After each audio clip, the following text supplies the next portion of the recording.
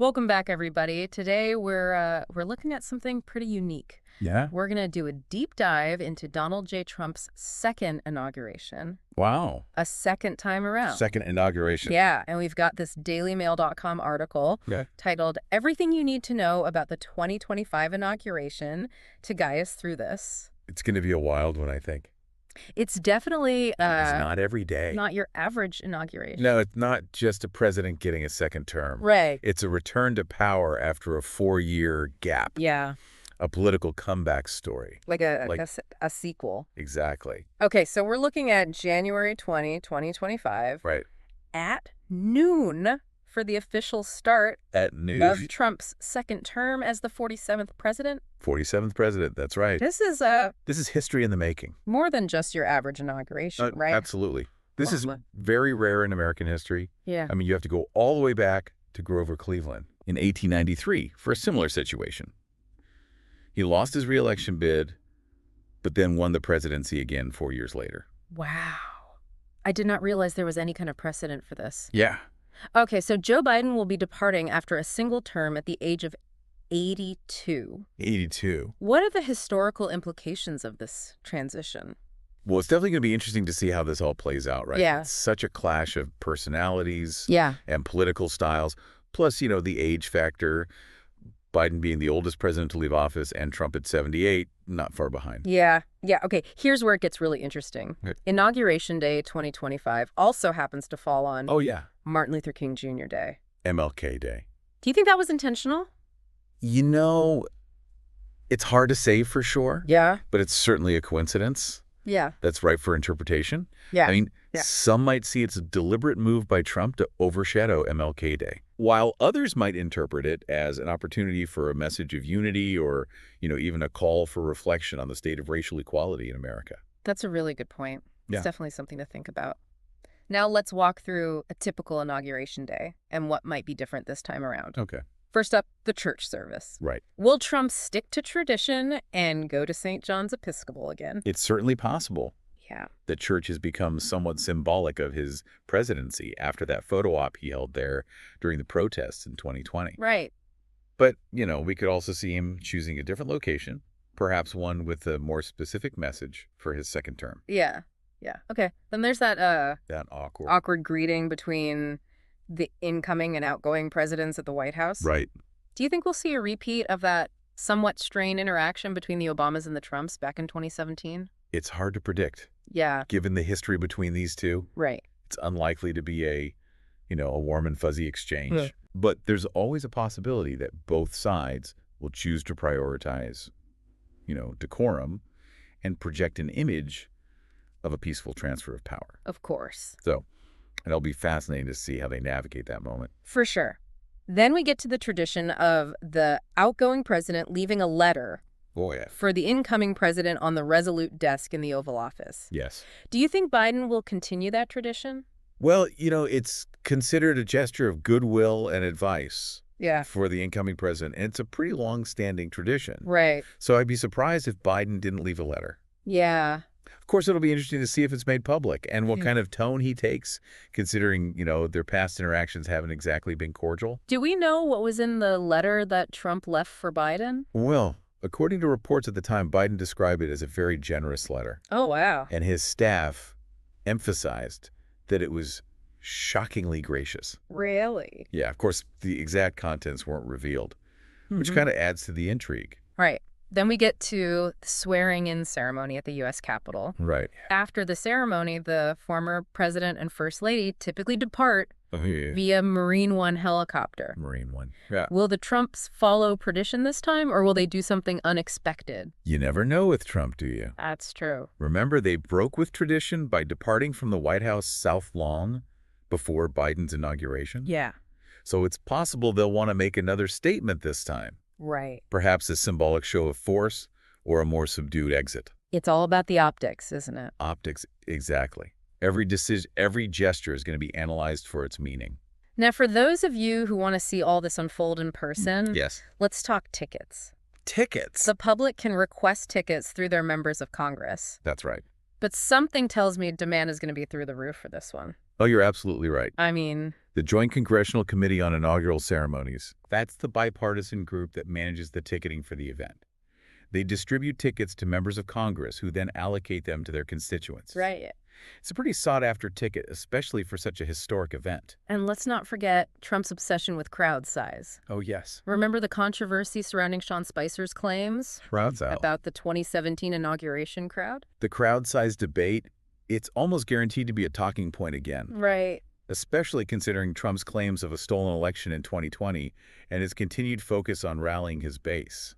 So we can probably expect a larger crowd than in 2017. It's certainly possible. Trump's victory in 2024 suggests he has a strong base of support. Yeah. Plus, he's holding a pre-inauguration rally on January 19th at the Capital One Arena in Washington, D.C., which is sure to draw a large crowd. That makes sense. And all those people will need somewhere to party afterwards, right? Yes. Which brings us to the big question. Will there be inaugural balls this time around? That's a good question. If we look back at 2017, Trump attended 3 balls. Okay. The Liberty and Freedom balls at the Washington Convention Center and the Salute to Our Armed Services ball at the National Building Museum. Right. But of course, the pandemic forced the cancellation of the balls in 2021. So it's really anyone's guess what will happen in 2025. Yeah. Do you think they'll be back in full swing, or will there be a more scaled-down approach? It's hard to say for sure, but it wouldn't be surprising if they were back and bigger than ever. Right. Given Trump's penchant for spectacle, it's a chance for him to celebrate his return to power, reward his donors, and project an image of strength and unity. Speaking of spectacle, I wonder what the musical entertainment will be like. Oh, yeah. Do you think we'll see any A-list performers willing to associate with Trump? That's a really interesting question. Yeah. In 2017, there was a lot of controversy surrounding the inauguration entertainment, with many artists declining invitations to perform. Right. It will be interesting to see if that trend continues or if we see some kind of shift in the entertainment landscape. So you're saying it could be a mix of established names who are comfortable with the association and maybe some up-and-coming artists looking for exposure. Exactly. The lineup of performers could tell us a lot about the cultural and political landscape of 2025. It'll be fascinating to see who's willing to perform and what kind of statement they're trying to make. It's almost like a cultural barometer, isn't it? It is. The inaugural balls could be a microcosm of the country's mood. Absolutely. And how artists are navigating this new political reality. But we're getting a little ahead of ourselves here. Yeah, we are. Let's get back to the inauguration itself. You're right. There's still a lot to unpack about the actual ceremony and the messages Trump might try to send. Exactly. And I think this is a good place to pause for now. Agreed. We've covered a lot of ground, but there's still much more to explore. We'll be back in just a moment to delve deeper into the potential significance of the second inauguration and what it might mean for you.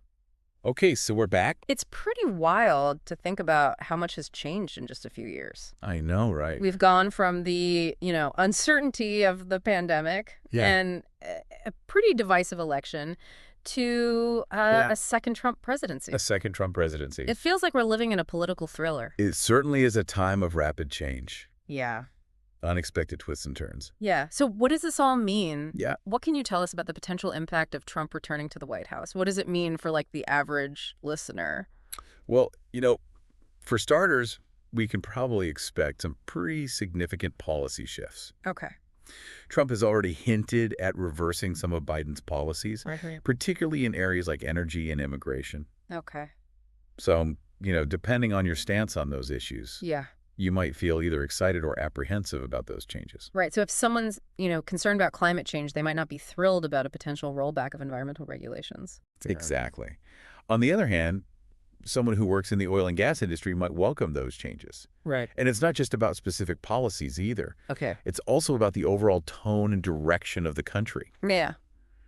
Trump's first term was marked by a lot of division. Yeah, for sure. And controversy. Yeah, that's something I definitely remember. Do you think his second term will be more of the same, or could we see a different approach this time? That's the million-dollar question, isn't it? Right. Some analysts believe that Trump, having already served one term, might feel less pressure to prove himself. Okay. And could adopt a more, conciliatory approach. Right. Others believe he'll just double down on his populist rhetoric and continue to stoke division. It's like we're all waiting to see which version of Trump shows up on January 20th. Right. The one who emphasizes unity and healing, or the one who thrives on conflict and confrontation? Exactly. Right. And the way he chooses to frame his second term in his inaugural address Oh, interesting. could give us a clue about the path he intends to take. Right. So you're saying the inaugural address is more than just a ceremonial speech? Oh, absolutely. It's a chance for the president to set the tone for his administration, lay out his vision for the future, and try to rally the country behind him. Okay. It's a powerful platform, and how Trump uses it will be very telling. Okay, so let's say Trump does deliver a message of unity. Yeah? And outlines a plan to address some of the big challenges Right. facing the country. Do you think people will buy it? That's another good question. You have to remember that Trump is a deeply polarizing figure. Of course. He has a very loyal base of supporters who believe in him wholeheartedly, but he also has a lot of critics who are deeply skeptical of his motives and his ability to govern effectively. So even if he tries to bridge the divide, it might be too late. It's certainly possible. The political landscape has become increasingly fractured in recent years. Yeah, Trust in institutions is low, and misinformation is rampant. right. It's going to take more than just words to heal those divisions. That's a sobering thought. But I guess that's what makes this inauguration so fascinating. Yeah. It's not just about the pageantry and the traditions. It's about the future of American democracy. Exactly. And it's a future that's very much in flux right now. Mm-hmm. You know, we're at a crossroads. Yeah. And the choices we make in the coming years will determine the path we take. You know, it's easy to get caught up in the day-to-day news cycle and forget about the bigger picture. Right. But this conversation has really reminded me of the importance of civic engagement. I agree. It's crucial for all of us to stay informed, Yeah. engage in thoughtful dialogue, and to participate in the democratic process. Our voices matter, Yes. and our actions have consequences. So what are some things that listeners can do to make their voices heard Yeah. and stay engaged in the political process? Well, first and foremost, it's essential to stay informed about the issues that matter most to you. Okay. Read reputable news sources, listen to diverse perspectives, and don't be afraid to challenge your own assumptions. That's great advice. I know I've definitely been guilty of getting stuck in my own echo chamber at times. Yeah. It's important to seek out different viewpoints. Absolutely. And challenge yourself intellectually. Exactly. And once you're informed, there are many ways to get involved. You can contact your elected officials, attend town hall meetings, volunteer for campaigns, or donate to causes you believe in. It's all about finding what resonates with you and taking action. Right. Every little bit helps. Absolutely. Yeah. And don't underestimate the power of conversation. Talk to your friends and family about the issues that matter to you. Share your perspectives. Listen to theirs and try to find common ground. Those are all great tips. It's easy to feel overwhelmed by the complexity of politics. Yeah. But it's important to remember that we all have a role to play in shaping the future. I couldn't agree more. The future of American democracy depends on an informed and engaged citizenry. Okay, so let's shift gears for a moment and talk about something a little lighter. Yeah. We touched on the inaugural balls earlier. Yes. Do you think we'll see any major fashion moments this time around? That's a fun question. Inaugural balls are always a showcase for fashion, Yeah. and the First Lady's attire is often scrutinized and analyzed. Melania Trump was known for her elegant and sometimes controversial fashion choices during her time in the White House. Do you have any predictions for what she might wear this time? It's hard to say, but I wouldn't be surprised to see her opt for something bold and statement-making. You know, she's not one to shy away from attention, and this is a chance for her to make a grand re-entrance onto the world stage. I can't wait to see the photos. And what about the entertainment? Do you think we'll see any big-name performers at the balls? That's a bit of a mystery. Yeah. As we discussed earlier, many artists were reluctant to perform at Trump's 2017 inauguration. It'll be interesting to see if that trend continues or if we see a shift in the entertainment landscape. Perhaps some artists who were previously hesitant might feel differently now given the changing political climate. It's certainly possible. Or we might see a whole new crop of performers eager to embrace the opportunity. It's a chance for them to gain exposure and potentially align themselves with a powerful figure. You know, the more we talk about this inauguration, the more I realize how much it reflects the broader cultural and political landscape. Yeah. It's not just about one man taking the oath of office. It's about where America stands as a nation and where we're headed. You've hit the nail on the head. This inauguration is a microcosm of the challenges and opportunities facing America in the 21st century. It's a moment of transition, of uncertainty, and of possibility. Well said. And as we wrap up this part of our deep dive, I want to encourage our listeners to stay tuned. We'll be back in a moment to explore some final thoughts and leave you with something to ponder as we head into this new era. We'll be right back. Okay, so we're back. And I gotta say, this deep dive into Trump's second inauguration has been really interesting. A lot to think about. Yeah, it's amazing how much there is to consider beyond just the ceremony itself. It really does highlight how interconnected everything is. Yeah. Politics, culture, society. And, this inauguration being such a unique event, it really brings all those elements into sharp focus. Yeah. One thing that keeps coming back to me is the historical significance of all this. Significance, yeah. I mean, it's not every day that you see a president return to power after losing an election. It's truly unprecedented. Yeah. And it raises so many questions about the cyclical nature of power. Right. The resilience of certain political ideologies.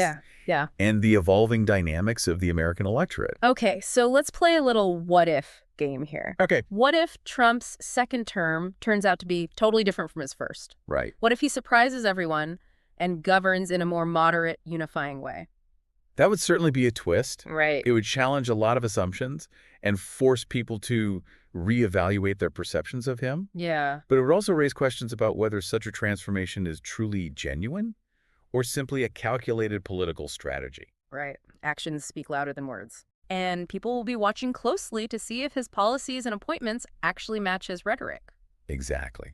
And it's not just about domestic politics either. Right. The world is watching to see how America navigates this new chapter.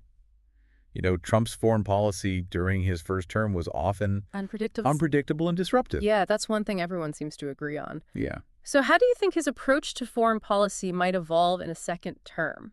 Well, it's tough to predict with certainty. Right. But some experts suggest he might adopt a more isolationist approach, focusing on domestic issues and reducing America's global footprint. Okay. Others believe he might double down on his confrontational tactics, particularly with countries like China and Iran. So essentially, there's a wide range of possibilities, and it's still too early to tell which direction he'll lean towards. It's almost like we're on the edge of a cliff waiting to see what happens next. That's a good analogy. Yeah. And the stakes are high, not just for America, but for the global order as a whole.